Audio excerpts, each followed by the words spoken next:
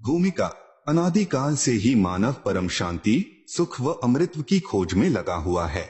वह अपने सामर्थ्य के अनुसार प्रयत्न करता आ रहा है, लेकिन उसकी यह चाहत कभी पूर्ण नहीं हो पा रही है। ऐसा इसलिए है कि उसे इस चाहत को प्राप्त करने के मार्ग का पूर्ण ज्ञान नहीं है।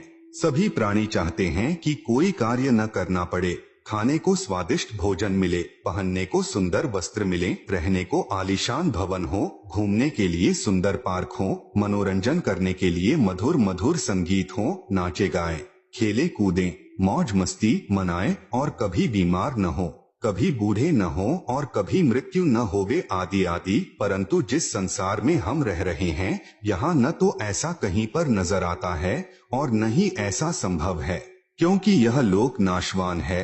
इस लोक की हर वस्तु भी नाशवान है और इस लोक का राजा ब्रह्म काल है, जो 1,00,000 मानव सूक्ष्म शरीर खाता है।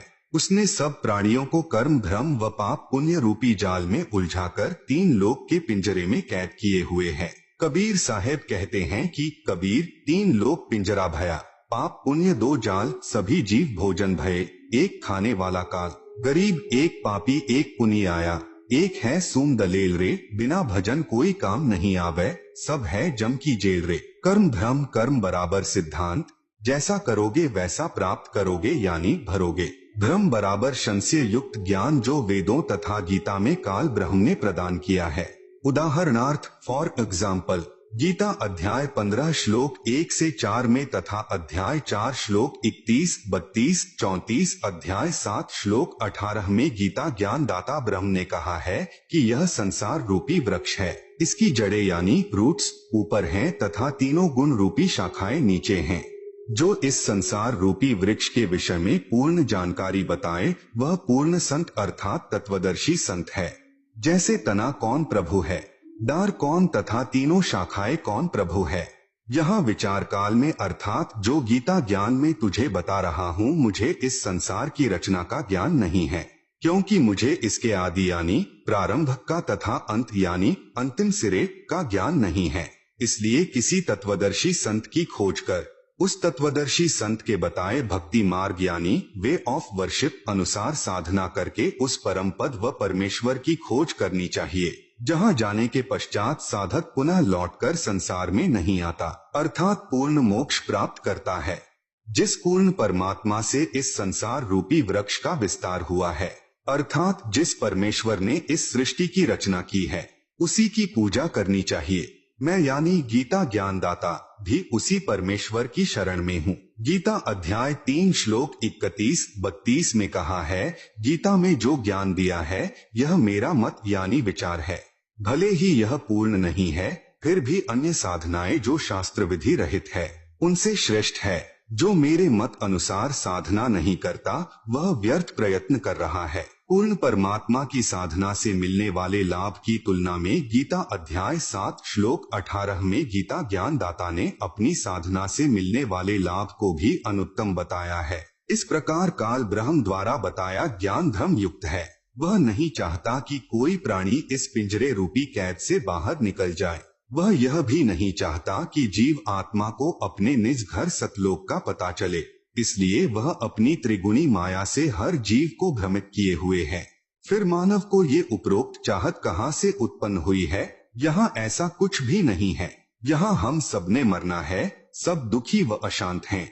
जिस स्थिति को हम यहाँ प्राप्त करना चाहते हैं, ऐसी स्थिति में हम अपने निज घर सतलोक में रहते थे। काल ब्रह्म के लोक में स्व इच्छा से आकर फंस गए और अपने निज घर का रास्ता भूल गए। कबीर साहेब कहते हैं कि इच्छा रूपी खेलन आया, ताते सुख सागर नहीं पाया। इस काल ब्रह्म के लोक में शांति व सुख का नामो निशान भी नहीं है। त्रिगुणी माया से उत्पन्न काम, क्रोध, लोभ, मोह, अहंकार, राग, द्वेष, हर्ष, शोक, लाभ, हानि, मान, बड़ाई रूपी अवगुण हर जीव को परेशान किए हुए हैं। यहाँ एक जीव दूसरे जीव को मार कर खा जाता है, शोषण करता है, इज्जत लूट लेता है, धन लूट लेता है, शांति छीन लेता है। यहाँ पर चारों तरफ आग लगी है। यदि आप शांति से रहना चाहोगे तो दूसरे आपको नहीं रहने देंगे। आपके न चाहते हुए भी चोर चोरी कर ले जाता है, डाकू डाका डाल ले जाता है, दुर्घटना घट जाती है, किसान की फसल खराब हो जाती है, व्यापारी का व्यापार ठप हो जाता है, राजा का राज छीन लिया जाता है, स्वस्थ शरीर में बीमारी लग जाती है, अर्थात यहाँ पर कोई भी वस्तु सुरक्षित नहीं।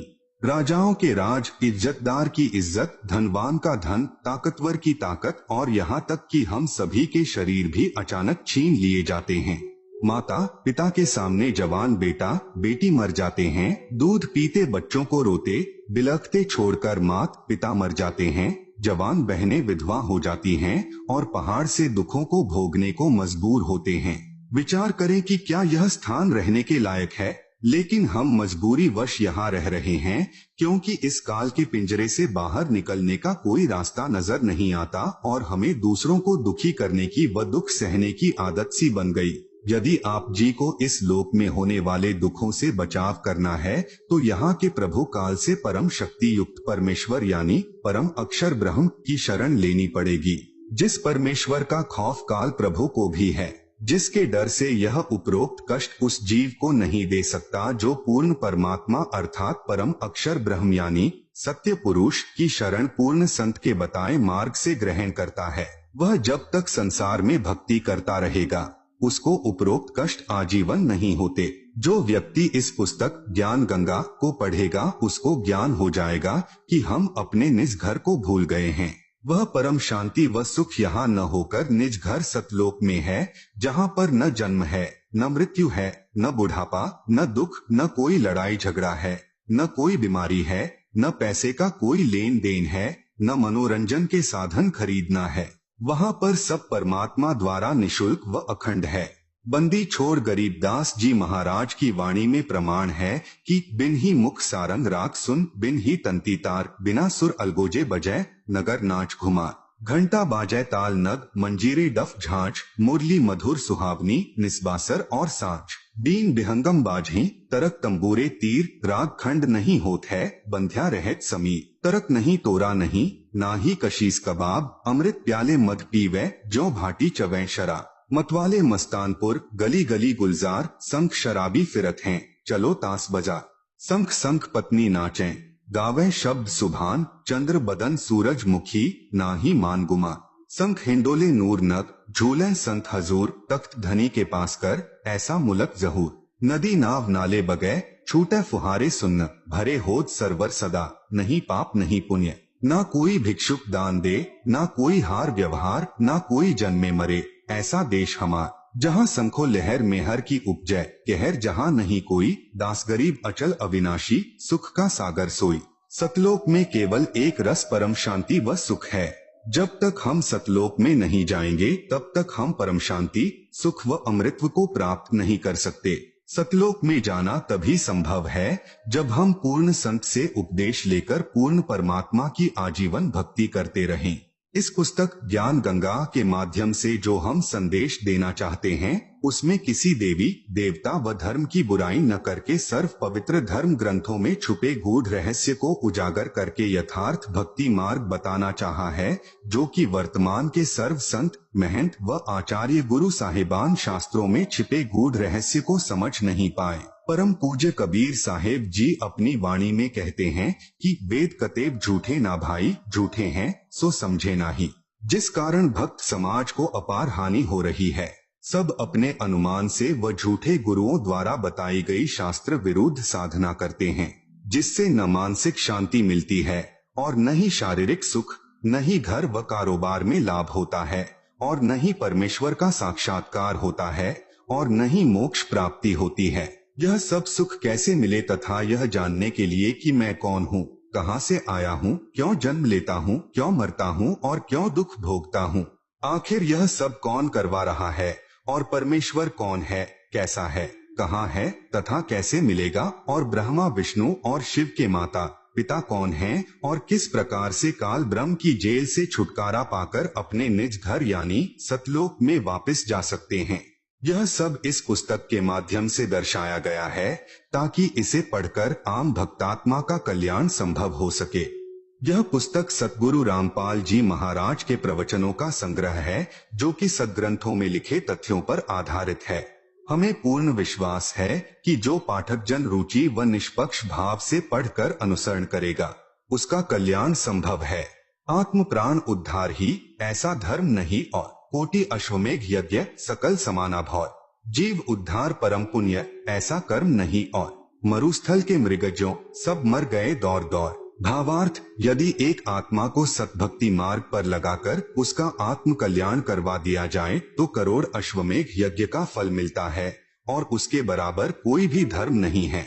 जीवात्मा के उद्धार के लिए किए गए कार्य अर्थात सेवा से श्रेष्ठ कोई भी कार्य नहीं है। अपने पेट भरने के लिए तो पशु पक्षी भी सारा दिन भ्रमते हैं, उसी तरह वह व्यक्ति है जो परमार्थी कार्य नहीं करता। परमार्थी कर्म सर्वश्रेष्ठ सेवा जीव कल्याण के लिए किया कर्म है। जीव कल्याण का कार्य न करके सर्व मानव मरुस्थल के हिरण की तरह दौड़ दौड़ कर मर जाते हैं, जिसे कुछ दूरी पर जल ही जल दिखाई देता है और वहां दौड़कर जाने पर थल ही प्राप्त होता है। फिर कुछ दूरी पर थल का जल दिखाई देता है, अंत में उस हिरण की प्यास से ही मृत्यु हो जाती है। ठीक इसी प्रकार जो प्राणी इस काल लोक में जहां हम रह रहे हैं वे उस हिरण के समान सुख की आशा करते हैं, जैसे निसंतान सोचता है संतान होने पर सुखी हो जाऊंगा। संतान वालों से पूछे तो उनकी अनेकों समस्याएं सुनने को मिलेंगी।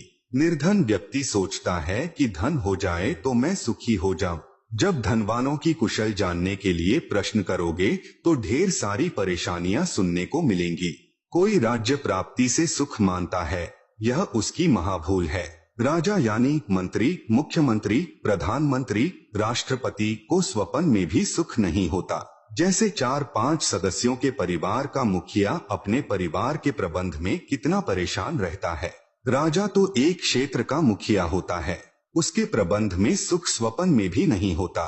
राजा लोग शराब पीकर कुछ गम भुलाते हैं, माया इकट्ठा करने के लिए जनता से कर यानी टैक्स लेते हैं। फिर अगले जन्मों में जो राजा सत्य भक्ति नहीं करते, पशु योनियों को प्राप्त होकर प्रत्येक व्यक्ति से वसूले कर यानी टैक्स को उनके पशु बनकर लौटाते हैं।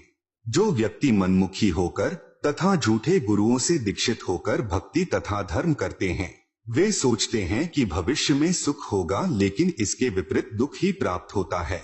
कबीर साहब कहते हैं कि मेरा यह ज्ञान ऐसा है कि यदि ज्ञानी पुरुष होगा तो इसे सुनकर हृदय में बसा लेगा और यदि मूर्ख होगा तो उसकी समझ से बाहर है। कबीर, ज्ञानी हो तो हृदय लगाई, मूर्ख हो तो गम ना पाई। अधिक जानकारी के लिए कृपया प्रवेश करें इस पुस्तक ज्ञान गंगा में। इस पुस्तक को पढ़कर सुप्रीम कोर्ट के वरिष्ठ अधिवक्ता श्री सुरेश चंद्र ने कहा, इस पुस्तक का नाम तो ज्ञान सागर होना चाहिए। कलयुग में सत्ययुग संत रामपाल जी के